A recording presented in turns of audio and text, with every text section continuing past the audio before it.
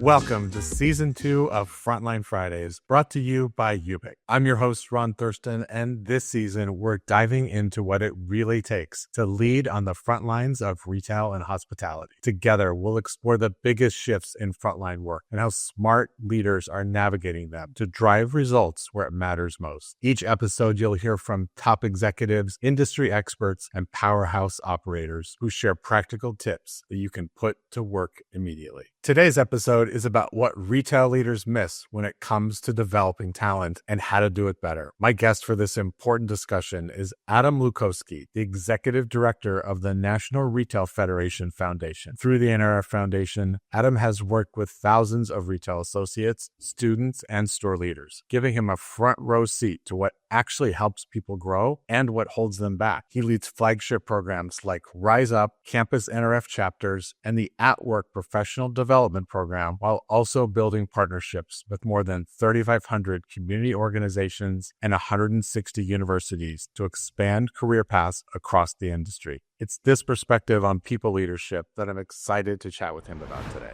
Adam, welcome to Frontline Fridays. Thank you, Ron, for having me today.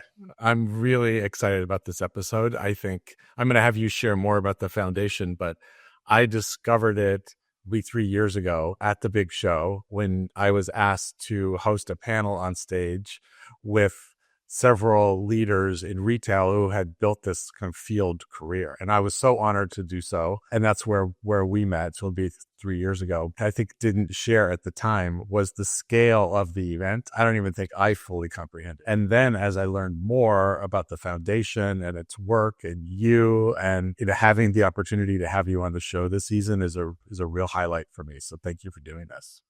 Yeah, thank you, Ron. And thank you for always supporting the work that we do.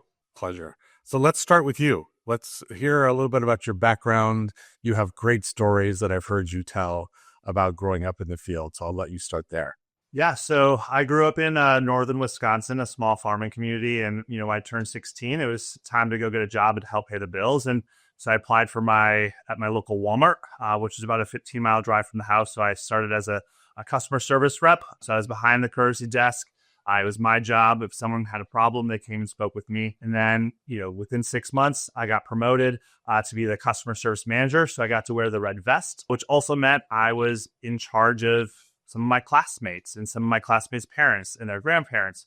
And, I was managing tens of thousands of dollars and tornado warnings and missing children and shoplifters. And so I got to learn a lot of that in my young years and developed a lot of those skills, and more importantly, a deep appreciation for retail and the skills it teaches us and the jobs it provides. So from there, at 16, I didn't know what all the jobs could be in the future. So I was going to school, and then I got myself involved in the education and kind of business world. I mean, it's incredible that you took your experience as a 16-year-old in Walmart and now lead this incredible massive organization that supports young people getting into retail and careers all over. So why don't you talk more about just the foundation and its work as part of an arm of the NRF? Yeah. So the National Retail Federation, the world's largest retail trade association, focusing on advocacy and communication and research for the industry. We at the foundation, we're the nonprofit C3, and we focus on everything jobs and skills related. And so our North Star is making sure that retailers have the talent they need for their stores, their distribution centers, and their corporate offices for generations to come. And so we have a variety of programs that teach the skills, highlight the career paths, and provide opportunities for people to get involved in the industry, whether it's to understand what a job could look like, or if you're currently in the industry, a way to give back, to mentor, to support those coming up behind you. And why should people in field roles today, why is the NRF Foundation important to them? What does it kind of do for maybe their careers or their companies? Yeah, so by being involved in the foundation, the work that we do, we are building the next generation of retail talent. That comes to life in a couple of our main programs. So first, we have our Rise Up program, which is teaching customer service, sales, supply chain, customer conflict de-escalation. And that's geared more towards your frontline hourly store associates. We have those training programs embedded in different high school systems across the country. So we work with 3,500 community-based organizations, over 1,500 high schools across 48 states. And so we're really helping young people understand what a job actually is in the industry and developing the skills that they need to be successful on that day. We also are teaching and showing educators, those that I call influencers, what a retail job looks like. They may have themselves worked in retail 30 years ago, and that is sometimes still how they associate our industry. We know that those jobs have changed rapidly and evolved, and that there are a lot more levels of retail that they may not have worked in themselves. So that's another really critical part of that program, is helping influence those who are influencing would-be job seekers. We also have, for those who are studying 4 years in university, we have a campus program. And Ron, that's where you were at our event in New York at the student program, where we bring 1,300 college students, 150 educators into New York for 4 days of professional development. They get to hear main stage from CEOs. They get to sit at tables with people in the field, asking them questions, understand their career paths. And then they get to do a career fair. So they get to meet, over 35 of our brands, engage with the recruiters, find themselves an internship or a full-time hire. Some of the students we bring are really, really gung-ho on retail. Others are just coming to check it out. And so it's our opportunity to convince them that with their technology degree, their supply chain degree, their finance degree, that they should think about working for a retailer to do that job. And a couple follow-up questions. What are you seeing as trends from, say, this large high school population? What's on their mind? They're thinking about AI. They're thinking about careers in retail. What's their current vibe?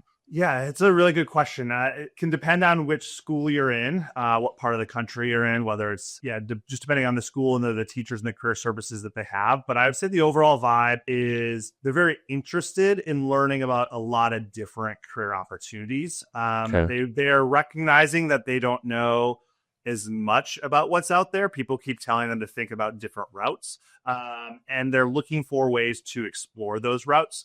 I do think with the introduction of AI, especially into the media news, they're starting to engage it with themselves. There's a lot of questions of how will this impact my work, my job prospects, the fields that I'm going into, the jobs that I should be thinking about for 5 years from now, from 20 years from now. They're hearing from their parents. They're hearing from their teachers. They're hearing from social media, wherever they're getting their news. And so they're still trying to figure out what exactly that means.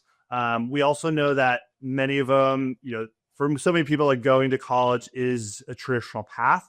But we do know a lot of folks maybe aren't interested in spending 4 years at a university. Maybe they don't have the financial means to pay for that. There's more talk about the financial payout of a college degree, the investment in what kind of jobs you can get and how quickly you can get them after work. So there's just a lot of conversations happening about what different paths could look like. We're seeing more interest in skilled trades, more interested in like short form certifications to get them more directly into the workforce, apprenticeships. So there's just a lot more alternative, quote unquote, alternative career pathways that are being introduced, and kids and their parents are starting to ask more questions on how they can get involved in those. Yeah, I love that. And I think the other part that's so interesting is, we use this word retail in such a generous way, I would say. You could be in buying, planning, supply chain, finance, and you say, I work in retail. Other people like myself that spend my career in stores, I say I work in retail. And that's maybe one of the things that we also love is that the industry is so massive, but it's also so many product categories, whether it's Walmart, Target, big box retail to specialty, fashion, pharmacy, the grocery. The industry is so huge and so many product categories. So I also think about these students and they may also be a little dreaming about working in luxury, or they see, and that may not be where they start. So how do you bring, when we just say retail, how do you bring that to them and explain that there's so many different paths that you could take? Yeah, it is truly one of the great things about our industry, but one of the biggest challenges is there, as you said, Ron, there isn't a very traditional pathway, right? We almost encourage a non-traditional pathway in retail because, as we all know, the more you know the business and all different aspects of the business, the better you are at your current job, and the more likely you'll be able to add more value as you grow in your career. And so what we do is we, first and foremost say like retail is more than just what you interact with every single day. You go and shop, the roles that you see there, they're there, but think about all of the other types of roles that might support a store, whether it be a loss prevention professional, whether it be someone who's training those people, whether it be the person who's handling all of the cash in the back room, who's cleaning the store, who's delivering the merchandise, just starting to get them to think about that. And then you can take it to like the next level of you saw a commercial on TV or you were served up an ad. Who created that commercial? Who created that ad? What's all the technology behind it? One of the things that we do at our student program, we did this a couple of years ago for technology students. We actually opened up a website and said, this is how a product is on it. And you, as the technology person, need to know, like, if someone's buying this like bag of dog food and you only have 2 left in inventory, but you have 100 shoppers looking at this, what is the technology tool system to make sure it can do it? Yes, it's a simple click for a bag of dog food, but like all of these other things, and those technology students are like, they could see what they had been learning actually come alive at a retailer in a place that they never really thought about it. And so it's, once you start to like open that up, I think it's really important. And we can get challenged because we can, especially with young folks or people early in their career, we can say like, it is choose your own venture. You could go one of 1 million ways. That's really overwhelming and paralyzing, and people usually don't engage with that much. And so what we're trying to do is like, yes, it's very diverse. Here are one of 5 pathways that you could do. We also create a resource called Pick Your Passion. And so whatever you like doing or whatever you're good at, it funnels you into like a different type of retail that you may not have considered. So we're trying all different ways to help tell that story, to just make people a little bit more curious and make them a little bit more aware. Because once you do, it's very easy to figure that out yourself, but it's just getting them over that edge of that first job or just a store job. And then the idea, once they're in, then it is about personal development, choosing great leaders around you, great brands, great leaders, and really thinking about what is the development path that I need in order to move forward. And so that when I think about the foundation, and the relatively high turnover numbers that we do see in retail and hospitality, how do you think about ongoing career and development once they're placed, once they're out of college? What are some things that you offer? The philosophy I have with my team personally is like, you are the driver of your own professional development. You are the driver of your career. I am a resource. I am here to support you, but like, I can't force you to go to a professional development session. I mean, sometimes I can try to force you to, but like really the people I'm looking to on my teams is like making sure that they fully appreciate that. Like if they want to grow in their career, that they have to take charge and ask me questions, ask for stretch opportunities, ask for feedback, because I'm not always doing that because it isn't always my number one top of mind. So I think that's, as we talk with all of our learners, making sure that they understand that they're in charge of their career, and this is what that can look like.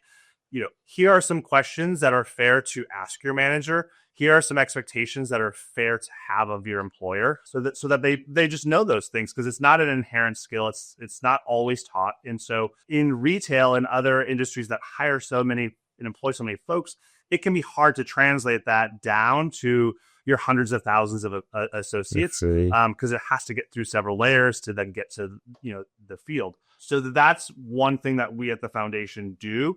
And then on top of that is, once you start to identify those areas of professional development that you want to do, we try to provide those actual opportunities, whether they be online trainings, whether they be mentor experiences, so that an individual can take advantage of it or a brand can take advantage of it as well. You're right, because I think about, what's often not taught in those classes are the gray areas.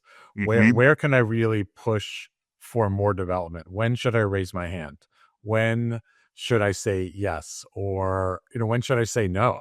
And part of that is also just growing up and learning how to work on a team and learning how to work in kind of a corporate environment. You want to understand the politics of work, but at the same time, understand that your career path is very much your own responsibility. And what are the tools? What does compensation look like? What does seem fair? And I often get them a little later than you do, where they're at that like 5 years in.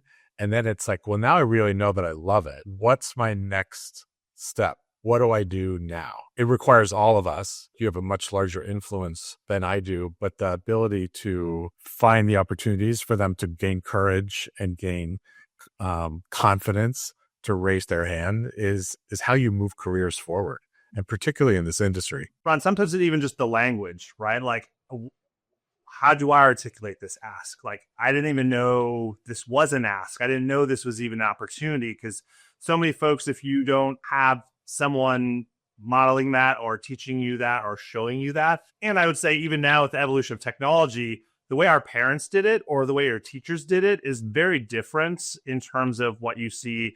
Back, if you think just like 30 years ago, we were posting promotion notices above the time clock, right? And now it's like, do you have the app? Are you going to this area to look at the app? Are you understanding your company's systems of pushing out these opportunities, pushing out the skill training that they are doing? Are you taking advantage of that? Because we've evolved and technology has allowed it to evolve so much that it used to be, like I said, above the time clock, everyone goes this mandatory training, boom, done. And you didn't have a lot of autonomy in that. And now there is a lot more agency for individuals to navigate some of those technologies. They just need to figure out how to do that. And one thing you said, Adam, which I love, I'm going to just go back, is you said this idea of kind of treating people management like a project, and think of it with great intention, which I could not agree more. Tell us more your thought process, because I think you and I think very similarly on this. Is every day is an opportunity to create development for those around you. Yeah. So, I learned this early on in my career. Like, when we were individual contributors, we were given a project. You're like, I'm doing a project kickoff. I'll do project updates. I will manage the project. I will do regular communications. When project's over, we'll do a debrief. We were taught how to do projects. And then we were good at those projects, and the right opportunities came up. We were lucky. We knew someone. We worked for it. We asked for it. We get promoted, and all of a sudden you're managing people, but you're still usually managing projects. So you're still applying a lot of that same focus on your projects, but not necessarily on the managing of the people. And so I think it's, one of my early bosses told me that you have to devote just as much time and energy to your people management as you do the projects you're leading. It looks a little bit different, but it can't just be like, oh yeah, I have these 3 people who are asking for help, or, oh, it's the end of the day, I have to review these documents they sent me. It's treating each person, their projects, and their professional development as kind of a concrete project that's on your task list. Without that, it likely doesn't get done, because the projects can feel so overwhelming. Current state of the business, as you're well aware, is there are maybe fewer resources, maybe some like less headcount. There are some challenges in order for all the projects to get done. And so then the priorities may shift and say, well, we have fewer people, we have equal or more projects, but the people development is the only way that all of this is going to continue to grow over time. It's a real challenge to prioritize what you're describing. When I talk with my team about it, it's kind of thinking like, okay, when you have a meeting for your project, you set up an agenda, you think about what's going to be covered. You might prep people to talk about things prior. So you might do some pre-work. You might follow up with some action steps afterwards. So when you think about a person you're managing, like, is there an agenda? Either you own the agenda or the person, your direct report, owns that agenda. Are you thinking about it at least 5 or 10 minutes before you sit down and say it and have that conversation, so it's just not scattered and all over? And are you carving out time, whether it be in like your check-ins, or like with my team, I used to do quarterly setbacks, but as I've grown in my career, we now do every 6 months, where it's not just the day-to-day tactical, it's actual, like, what did you achieve the last 6 months? What are your goals for the next 6 months? How do they align? Where did we meet those? Why? Where do we celebrate? I think more importantly, it's like, what other stuff happened that we did not anticipate, and how did we handle those things? And then finally, we do a 2x2. So 2 things we're doing well, 2 things that each person's doing well and the other one could grow from. But that is to encourage like feedback, whether it be how we're working together, project feedback. It's kind of open. But I think it's important that you have some of those opportunities to step back with someone and think more holistically with that person on your team and help tie them into the goals, the work that they're doing, feedback, and then also building in professional development conversations, because they never happen in that weekly or bi-weekly check-in, because it's just like you said, Ron, you'll have 12 projects. They all need more time than you can give them. And quickly you don't have time to talk about how's Ron doing? What's Ron thinking about? Oh, this job just opened up. Ron's interested. Didn't even give him time to raise his hand or ask a question about it. So I think that's so important to carve out some of that time in the year. And depending on how junior the person is, depends on how often you'd maybe do that. Absolutely agree. Is there one piece of advice you would give for leaders that are listening? Like one great habit that you talk about to these young people entering the workforce that have leadership futures? One habit build that they've got?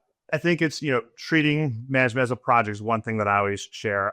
I would say if you're currently managing people, you're maybe earlier in your career or even midway and didn't necessarily have a lot of professional development as you were starting to manage larger and larger teams. It's, do you know what each person in your teammate, each one of your teammates is good at, what they think they're good at, and maybe what they're interested in doing in the next 2 or 3 years? And if you don't, then you should maybe have those conversations, because it helps you get to know them as a human. It shows that you're caring about them, but that it also helps you weave in professional development opportunities. If you have some extra work, we'll call it a stretch project, and you have 5 people on your team, you might know who might be most interested in that type of work because it aligns with what they want to do in a couple of years. So those are the things I would say, is just have a couple of those very explicit questions with your team to help encourage that conversation for you to get to know them.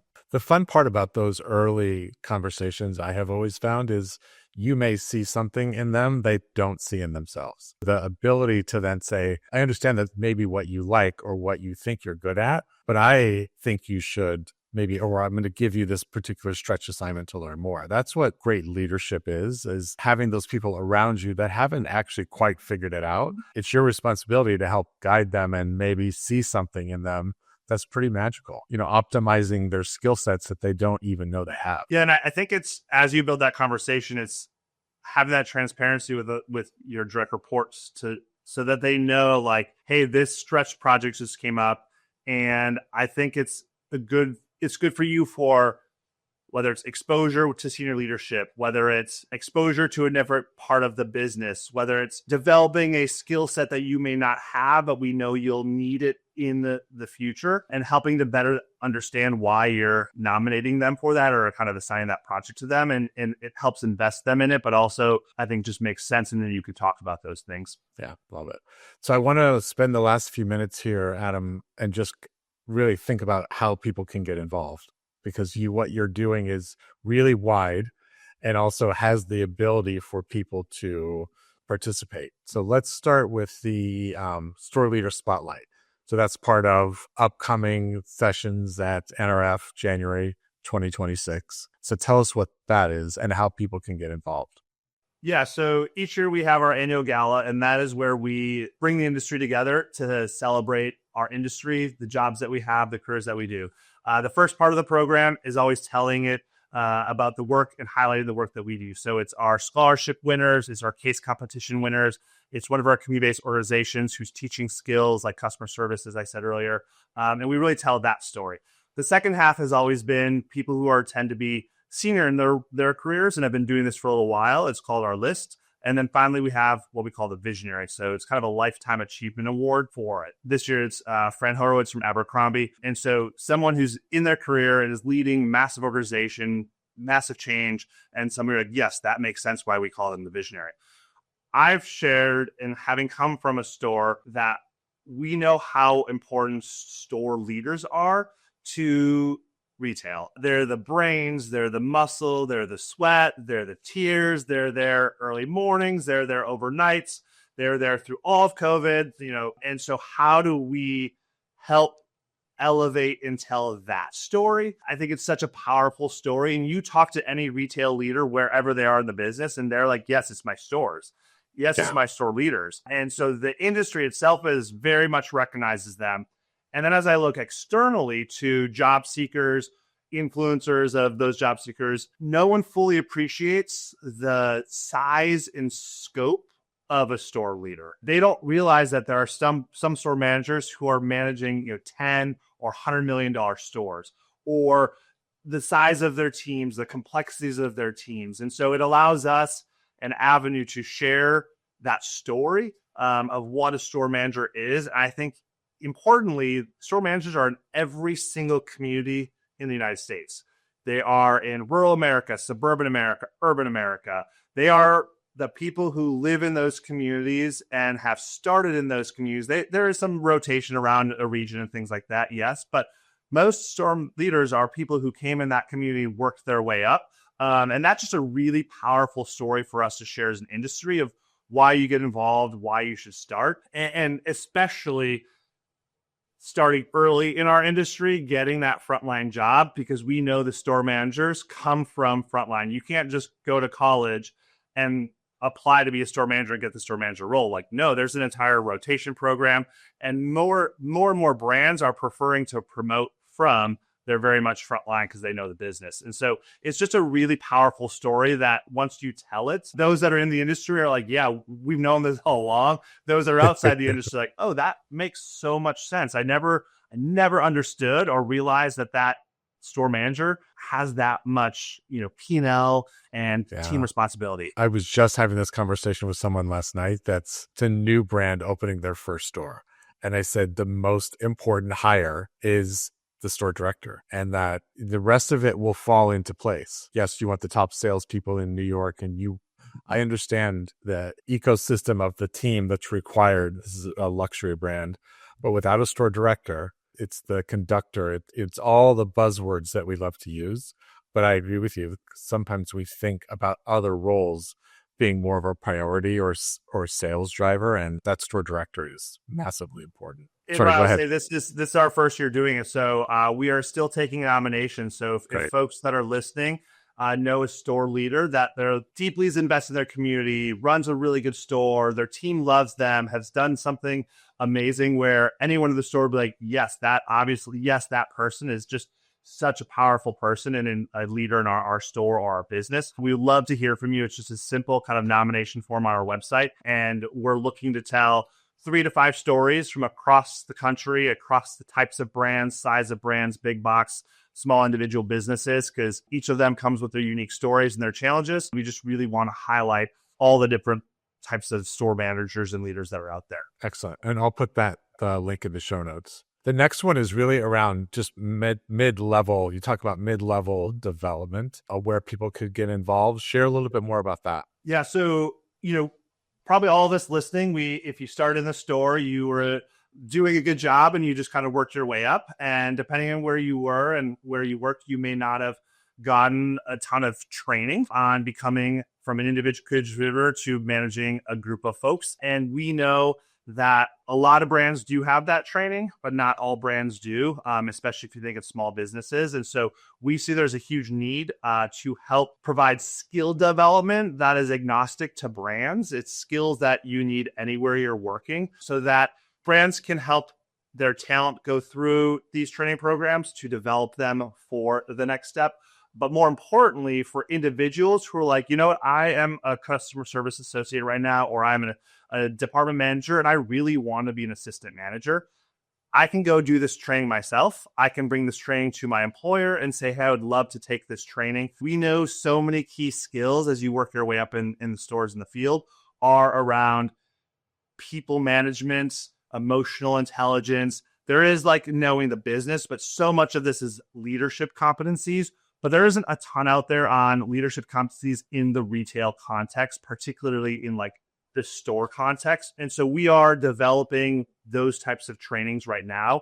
So we're looking for subject matter experts who do this really well, who may have skills that they wish they would have known that have helped them or held them back, so that as we develop this training, we're getting thoughts from the field. In addition to the subject matter experts we're already talking to, we want to hear directly from people in the field about what skills they think are the most important in being a strong mid-level manager. And we also will want to share and highlight people's careers and their stories. And we are thinking about building in a networking component to it, or mentoring component. So that is in the future areas that we're looking for more involvement. And we'll put that link in the show notes notes too, where people can get involved. And then lastly, to wrap it up, it's, the big show is a couple of months away. So there's a lot around student ambassador programs, students that are attending, part of that 1,300 person audience.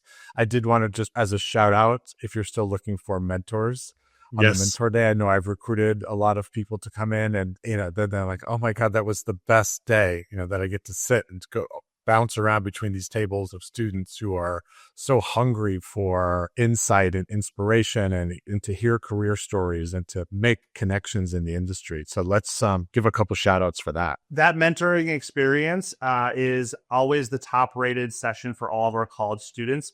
And our mentors absolutely love it too, because they get to talk about their job, their career, provide some counsel, but also they, as you said, they get to hear from the next generation. And many of the students are go-getters. They will find you on LinkedIn. They will stay in contact. And I love when I'm places hearing like, oh, I met Ron here and now we're still in touch. Or I met this person and now I'm actually at their company because they helped me, make a connection within their company when I saw a role post. So it's always such a fun experience, but meaningful for both sides. Love it. Anything else that you think about from a frontline leader today about how they can get involved with the foundation? Yeah, I think it's a couple of those is just making sure you are encouraging your staff to go get professional development. We have them through our Rise Up program, whether it's us or other places, but really making sure you're having those conversations and making sure they are ready for the next level and whatever skills those might need to be. And I think clearly articulating with your staff what those steps can look like. And